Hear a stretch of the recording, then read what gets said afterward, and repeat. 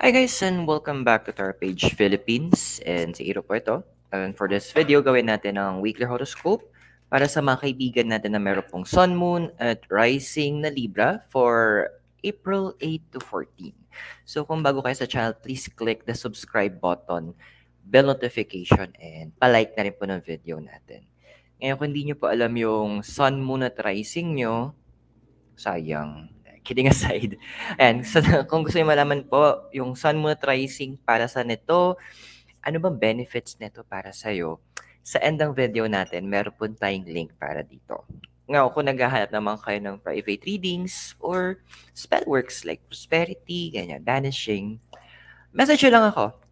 Sa Tarot Page Philippines Facebook page, yung link po is nasa baba sa description. And tandaan mo Libra, yung readings natin, they are for guidance purposes. Free will to. May free will ka. So, use it wisely, okay? So, let's see. Ano ba meron sa'yo ngayon, Libra? Ano ba yan? Diba? Baliw ako. Okay, Libra. So, meron tayo ditong 6 of Cups and card of Breathe. Ano ba talaga? Breath ba o breathe? Google ko nga mamaya. Kasi may isa dulo eh. So anyway, ayun na nga. So yung inner you, Libra. Alam mo, Libra, paano ko ba sabihin sa'yo nung maayos-ayos? Sometimes yun kasi, well, disharmony yung emotions mo ngayon, ang nakikita ko dito. Yung point na, siguro, kasi nga, Libra, dapat, diba, balance, so, pantay, ganyan. Andun yung punto na parang, hindi mo alam pa paano nasisimulan. There is a part na parang pwede nating tawagin na hindi naman siguro emotional procrastination ang matatawag ko dito. Yung tipong may gusto kang gawin, may kailangan gawin, but emotionally you're not that strong. Hindi mo mabigay sa sarili mo yung decision na yon. And andoon na, alam mo may palapit na yung deadline, pero andun yung part na hindi mo alam pa paano mo gagawin. Yung kailangan mo nang gawin. Paano example, yung tipo kunyari sabihin natin nasa loob ng kitchen, 'di ba, sa work. Sa restaurant, so may nagcha-chopping, may naggagawa nung sausawan, may magsa-stir fry. Ikaw, parang sige dito, ayan, sige chop okay ganyan. Kumbaga, mukha ka lang pagalaw-galaw ka, mukha ka madaming ginagawa, pero ang totoo wala kang output. Walang nangyayari. Wala ka nade-deliver. So, andoon na at the end, parang pag binalikan natin, ano nga ba nagawa mo? Ano nga ba na-accomplish mo? Ano nga ba yung kinalabasan? Nga, wala. You know what? Sinasabi dito ng cards mo din, in the inner you, kailangan mo din kumalma. Tahimik ka lang saglit. Kumbaga, take time na humingan literal. Di ba kasi sabi natin kapag ang mga tao kung mahilig kayo manood ng mga horror movies, tulad ko, or mga suspense, mapapansin nyo kung sino pa yung laging tarantang itik. Yun yung unang laging nasisigpay. Di ba? Kung sino yung nag-hysterical, kung sino yung nagwawala, iyak ng iyak, sigaw ng sigaw, napaka-predictable. Yun yung una talagang mamaya-maya, ito yung unang victim. Ang back. Di ba?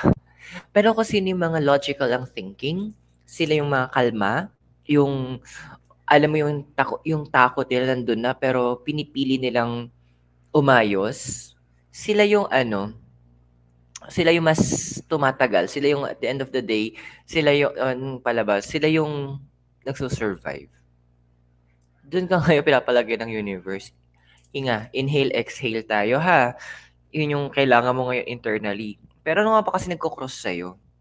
So, we have here is yung 7 of Wands. Okay, and co-create. So, sino ba nape-pressure sa'yo? Alam mo yung tipong, feeling ko hindi naman to mga tao nape-pressure sa'yo. Ikaw lang nabibigay ng pressure sa sarili mo. Na parang, kailangan magawa ko to, kailangan ma-achieve ko to, kailangan mangyari to, blah, blah, blah, blah, blah. Pero yung ba talaga yung gusto ng mga tao para sa'yo? O yun lang yung iniisip mo na hinihingi ng tao para sa'yo? Ikaw lang yung nagpo-project na, kasi ang gusto nila daddy, nila mommy, dapat ganito ko. Pero nagkaroon ka ba ng moment to talk to them? Nagkaroon ka ba ng time para makipag-usap sa kanila para tanungin, ano ba talagang expectations niyo sa akin? Kasi 'di ba, parang ganito lang 'yan eh. Siguro pinaka-best example nung nagwo-work pa ako sa isang financial institution. So call center siya technically.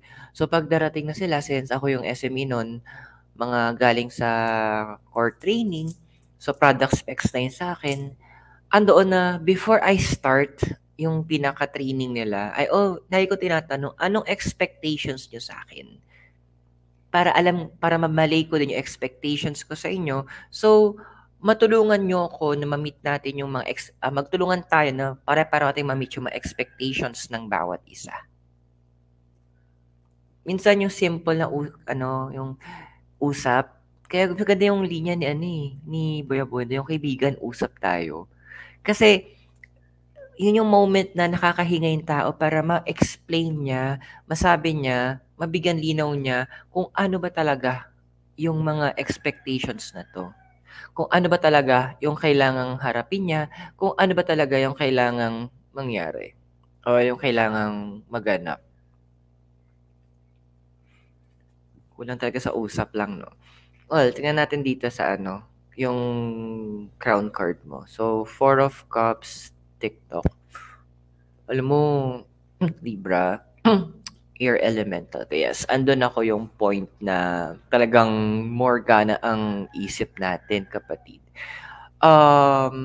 That's not a problem kasi kailangan naman natin talaga na logical tayo mag-isip din. Ngunit sa pagkatapwat, subalit, hindi sa lahat ng pagkakataon na kailangan is logical thinking. Again, paalalanan, you're Libra, the balance. Ikaw yung nagbibigay ayon sa amin sa mga zodiac signs. Ikaw yung nagiging patas dapat eh.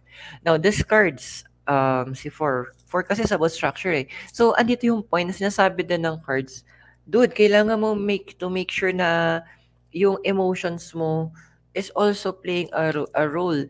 Hindi pwedeng puro utak lang. Dahil nakakatuyo yun.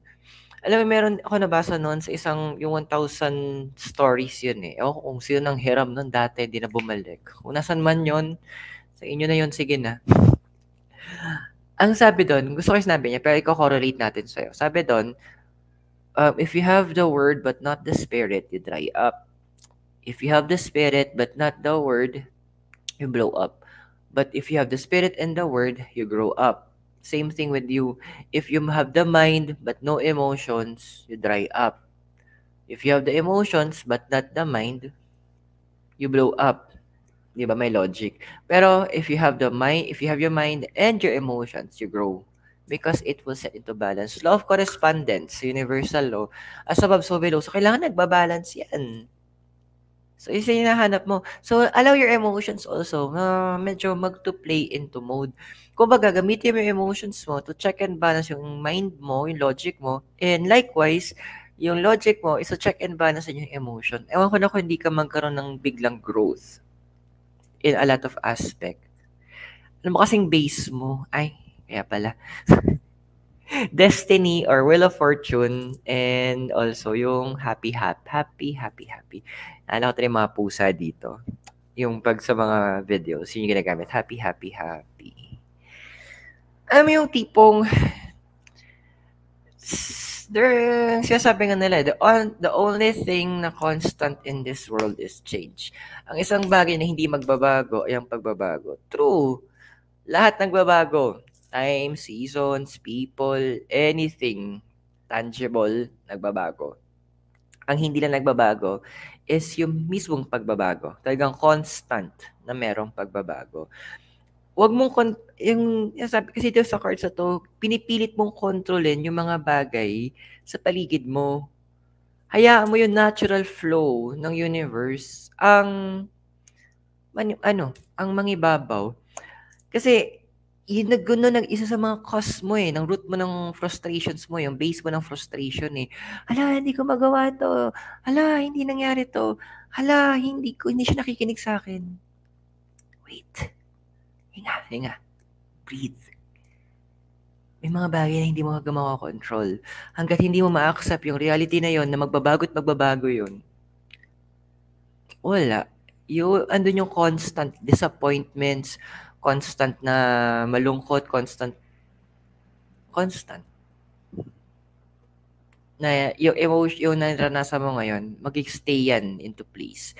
Kailangan andun yung punto na sinasabi ng cards, alamin mo, meron yung prayer na yun parang give me the strength to change what I can change, the knowledge, parang ganun Bigyan mo ka ng lakas para baguhin yung mga pwede kong baguhin, kaalaman para alamin ko yung hindi ko kaya baguhin, at karunungan para matanggap ko yung mga hindi ko pwedeng mabago. Parang ganun yung concept. So, ganun yung kailangan mo ngayon. Alamin mo yung mga pwede mong mabago, makontrol, kasi hindi mo pwede makontrol, and ano yung wisdom na pwede mong gamitin para matanggap mo to. Ano ma-influence ang recent past mo? 3 of Cups and clean it up. Ang hirap din no? Kapag hindi mo masabi yung gusto mo. Minsan kasi, ano mo yun, parang in-overthink. Ngayon siguro napunta ngayon sa yung overthink, no? Yung in-overthink mo na baka ganito yung maging reaction, baka ganito yung sabihin, or maging ganito yung outcome. Sabi ko nga, like ko nga sinasabi, ang baka, masarap siyang nilaga. Ang baka, nasa farm siya. Huwag nating ugaliin. Huwag natin, kasi baka is equals to assume. Huwag tayong mag-assume kasi hindi naman tayo yung tao. Huwag tayong mag-assume na baka magalit siya pag sinabi ko to. Baka ma-disappoint siya.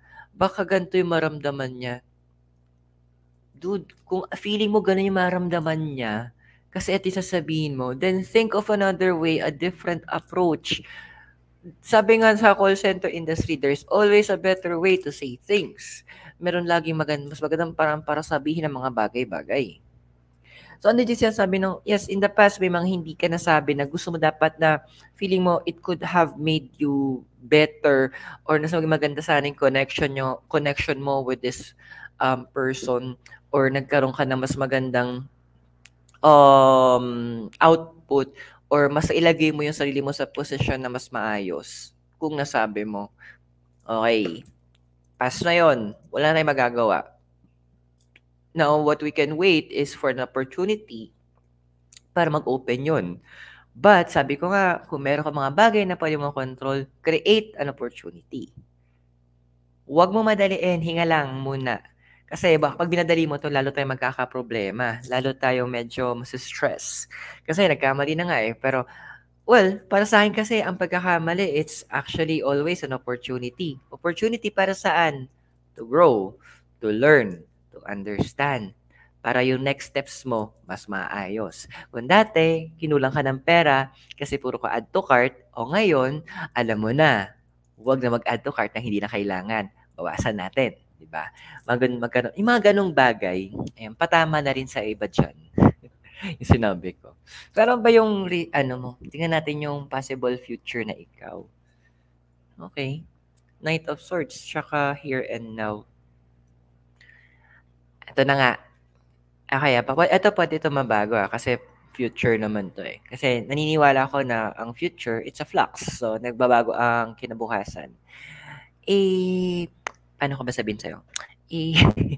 Kasi may possibility hindi magbago yung ugali mo. Kasi, isa sa mga trades nyong Libra, yung may Sun Moon at Rising, one of the general trades nyo, ang tagal nyong mag-desisyon.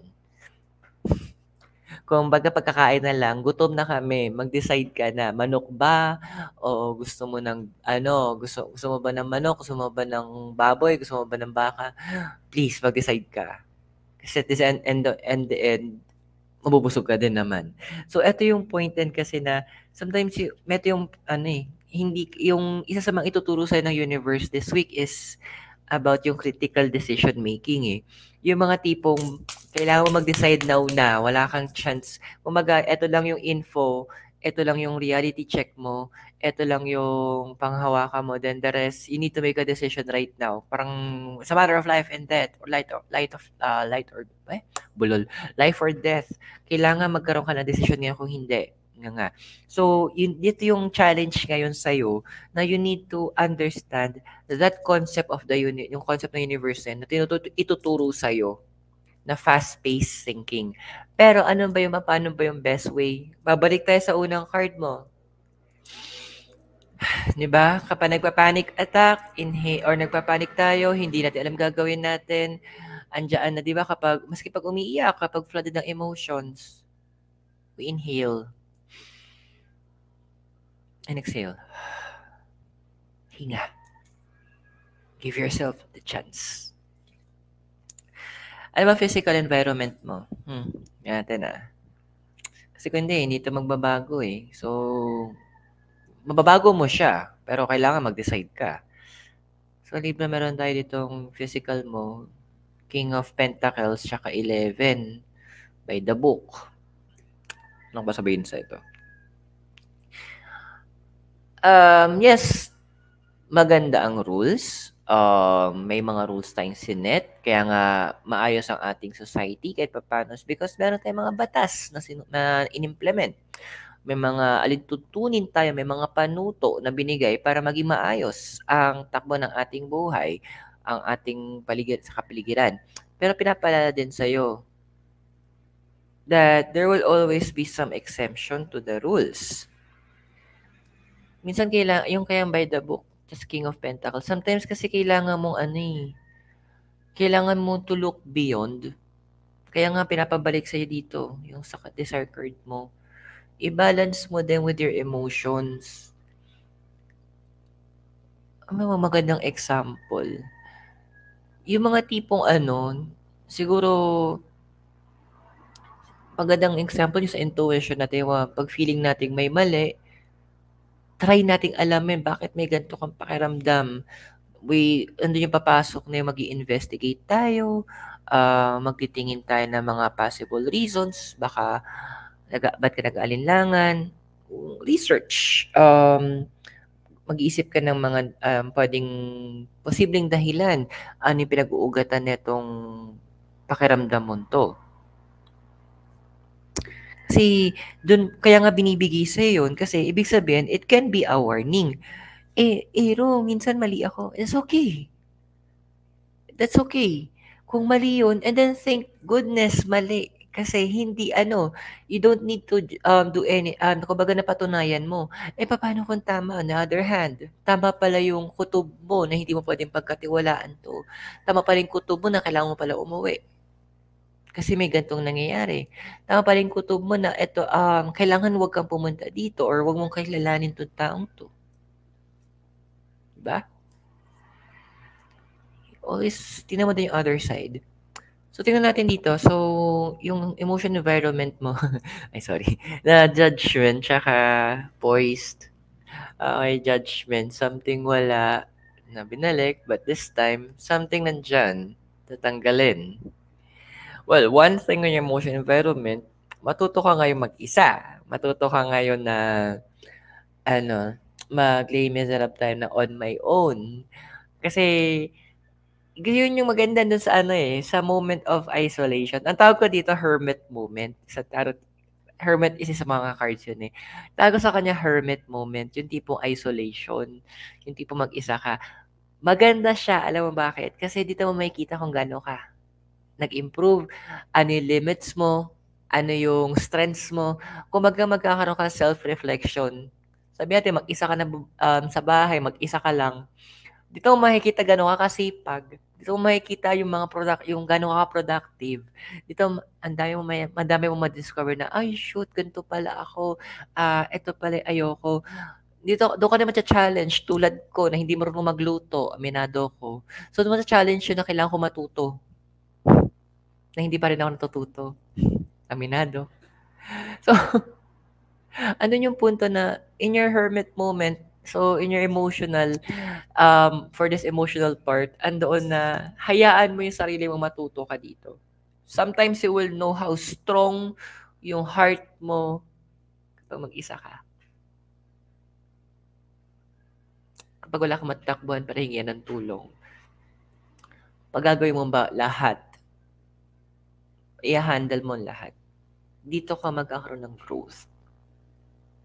Kasi madedevelop ka. Well, your hopes and fears is the Five of Cups and the Loyal Heart. Well, mahirap minsan talaga na wala ka mapagsabihan ng problema, wala ka matakbuhan, wala kang mapagbalingan or masandalan. It's hard, totoo. Sa case ko, yes. Andun kasi dito sa La Trinidad, mag-isa lang ako. Although malapit may mga friends ako dito na si Sophie or sila Simon nandyan. Pero andun kasi, or pwede ko sa tawagan yung mga friends ko, like sila Milky, sila Ange, sila Rin. Pero andun kasi yung point na sometimes I need to do it on my own emotional. May mga kailangan kang pagdaanan on your own. Yung sinasabi ko na, ang tawag nila doon, which na-adapt ko na rin, is battling your own demons. Winning your inner struggles. Walang ibang pwede gumawa nun para sa'yo, kundi ikaw. Pero habang nakikita mo, pwedeng natatalo ka, tayo ka ulit. Sa alalahanin mo, ba't ka natalo? Ano yung wrong moves mo? Then, wag mo nang gawin. Learn from it. Then, fight again. Pwedeng this last time hanggang level 1 lang nagawa mo. Now, you're at level 3, then natalo ka ulit. Learn from it. Then use it. It will be a cycle. Mukha siyang paulit-ulit, pero habang tumatagal, makikita mo yung progress. Huwag mong nakatakutan na mag-isa. Saan nga, ako nga, naranasan ko na, nagawa ko na in first time in my life, mag-travel noon na mag-isa. Nung nasa Sagada, ikot ako sa mga bandang mountain provinces. Doon ko nakita na mas nakakahinga ako. Doon ko nakita na I became better. Doon ko napansin na kaya ko pala. That's the hope na binibigay sa'yo. Final outcome, we have here, 10 of Wands. And go the distance. So, magagawa mo naman pala magbago And this time, you will be able to go. Literal, go the distance. Hindi lang to physical distance. It can be a new, sabi yung yung tipong new skill unlock. Di ba? Mga ganon. Level up. Kumbaga, yung road to self-discover Hindi siya rediscover Kumbaga, ando siya sa loob mo all this time, hindi mo alam na a-unlock mo in this week. And sa pag-unlock mo, ikaw yung ma-amaze na, wow, kaya ko pala yon. Like, wow, I can do that pala. Siguro example lang sa akin na nung nalipat ako dito sa Trinidad, may placement kasi ako ng libre, kaya nagigets ko to Naka-connect ako. Doon ko nalaman na parang, nung nag-isolate na ako, mag-isa na ako, wow, kaya ko palang gawin to yung mag-break ng curses, mas expound ko pa yung capacity ko na mag-help sa lugar na to, na manggamot ng mga may sakit. Na-expand ko nung mag-isa ako. Kasi nakita ko yung hidden gifts ko pa pala. May mga ganun pa pala. Na-unlock ko siya nung mag-isa ako. Kasi na-pressure ako. Kasi mag-isa ako. I need to do this. Angat. You will have no choice but to go up. Excited for you, Libra. So I hope nakatulong sa yung reading natin. Natandaan ng readings. They are for guidance purposes. So gamitin natin na maayos. At again, kung bago ka sa channel, please click the subscribe button, bell notification, and palike na rin po. At again, kung kahanap po ka ng private readings or spellworks, message mo lang ako. And Tarot Page Philippines Facebook page. The link is in the description sa baba. So guys, Libra? Maraming salamat sa iyo. God bless, Namaste, Hare Krishna, and blessed be it. Naway magkita tayo very soon and all the way here from La Trinidad, Benguet, This is Sarah. Hope you have stay safe and goodbye for now. Thanks.